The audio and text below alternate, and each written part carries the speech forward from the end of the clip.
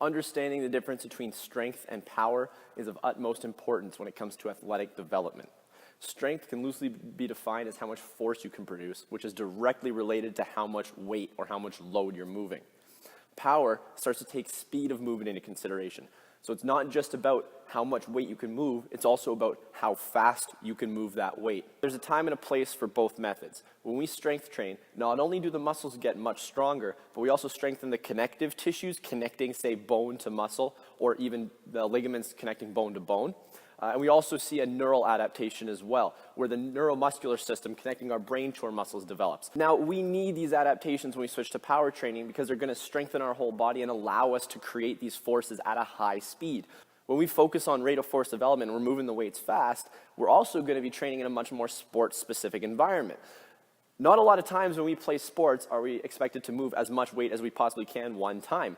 With the exception, of course, of, say, American football, when you got linemen running into each other and they have to move a 300-pound object. But if you look at most sports, like soccer or hockey or basketball, there's not many times we actually need to move a heavy load. What we need to do is move our own body very rapidly. And if we can train our body to move a weight fast, then we can move our body even faster. So taking squats as an example, we can either train strength, where we try to move a heavy weight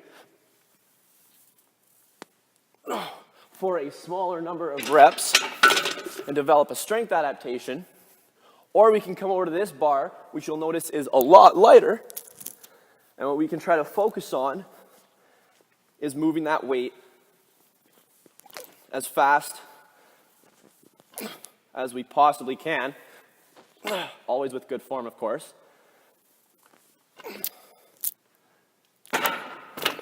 And this would arguably be better for sport-specific training.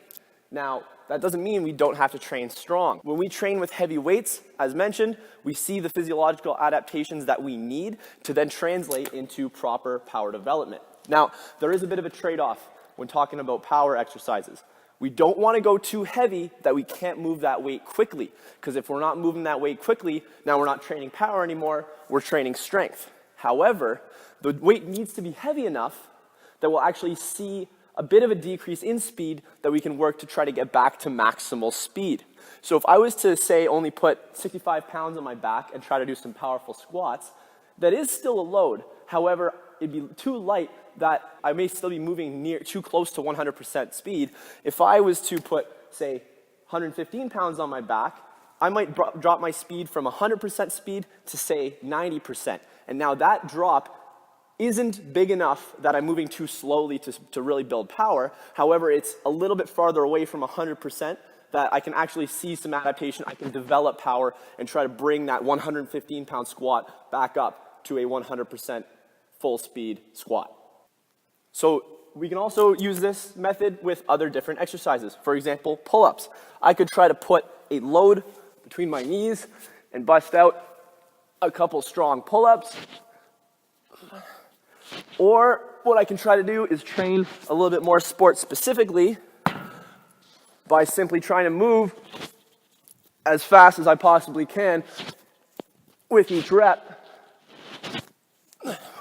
where I'm still producing force, but there's more emphasis on the speed of the movement.